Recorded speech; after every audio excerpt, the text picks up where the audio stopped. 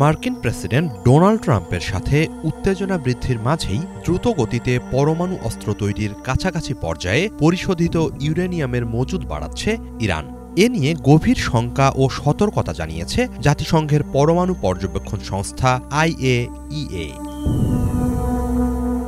বুধবার IAEA প্রকাশিত গোপন প্রতিবেদনের বরাত দিয়ে আন্তর্জাতিক সংবাদ সংস্থা AP নিউজ এ তথ্য জানায়। গোপন ওই প্রতিবেদনে বলা হয়, চলতি বছরের ৮ ফেব্রুয়ারি পর্যন্ত ইরানের কাছে ৬০% পর্যন্ত পরিশোধিত ইউরেনিয়ামের মজুদ বেড়ে দাঁড়িয়েছে ২৭৪.৮ কেজি।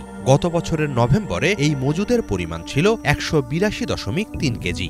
এত স্বল্প সময়ের মাঝেই নাটকীয় গতিতে ৯২.৫ কেজি মজুদ বাড়িয়েছে তেহরান। এর আগে আগস্ট পর্যন্ত এই মজুদের পরিমাণ ছিল ১৬৫.৭ কেজি। IAEA জানায়, পরমাণু বোমা তৈরির জন্য প্রয়োজন ৯০% পরিশোধিত ইউরেনিয়াম। খুব সহজেই ৬০% পরিশোধিত ইউরেনিয়ামকে ওই পর্যায়ে উন্নীত করা সম্ভব। সেদিক থেকে কারিগরিভাবে পরমাণু বোমা তৈরি থেকে স্বল্প দূরত্বে আছে তেহরান।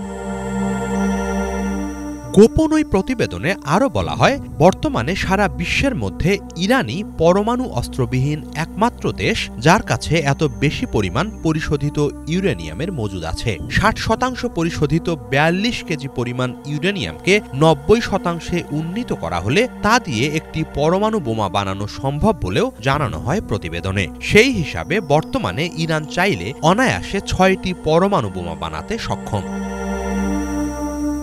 IAEA এর তথ্য অনুসারে ৮ ফেব্রুয়ারি পর্যন্ত ইরানের কাছে বিভিন্ন মাত্রায় পরিশোধিত মোট ইউরেনিয়ামের মজুদ ৮,২৯৪ কেজি। নভেম্বরের পর মজুদ বেড়েছে ১,৬৯০ কেজিরও বেশি। এদিকে ইরান যেন কোনোভাবেই পরমাণু অস্ত্রধারী হতে না পারে, যে কোনো মূল্যে তা ঠেকাতে তৎপর যুক্তরাষ্ট্র। এ লক্ষ্যে দেশটির ওপর আরও কঠোর নিষেধাজ্ঞা আরোপ ও সর্বোচ্চ চাপ প্রয়োগের পথ বেছে নিয়েছেন মার্কিন প্রেসিডেন্ট ডোনাল্ড ট্রাম্প।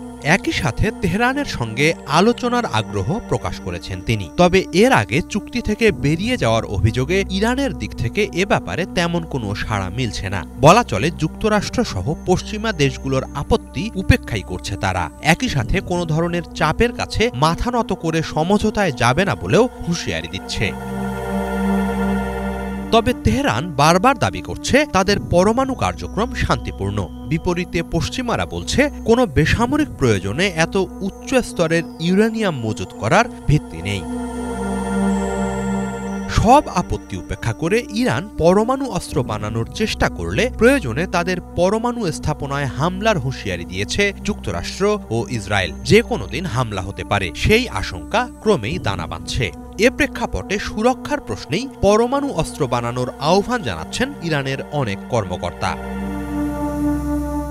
এদিকে পশ্চিমাদের সাথে ইরানের পারমাণবিক কর্মসূচি সম্পর্কিত চুক্তি joint comprehensive plan of action ঘিরে যে জটিল পরিস্থিতির সৃষ্টি হয়েছে, এ ব্যাপারে তেহরানের সাথে অভিন্ন অবস্থান গ্রহণের কথা জানিয়েছে রাশিয়া।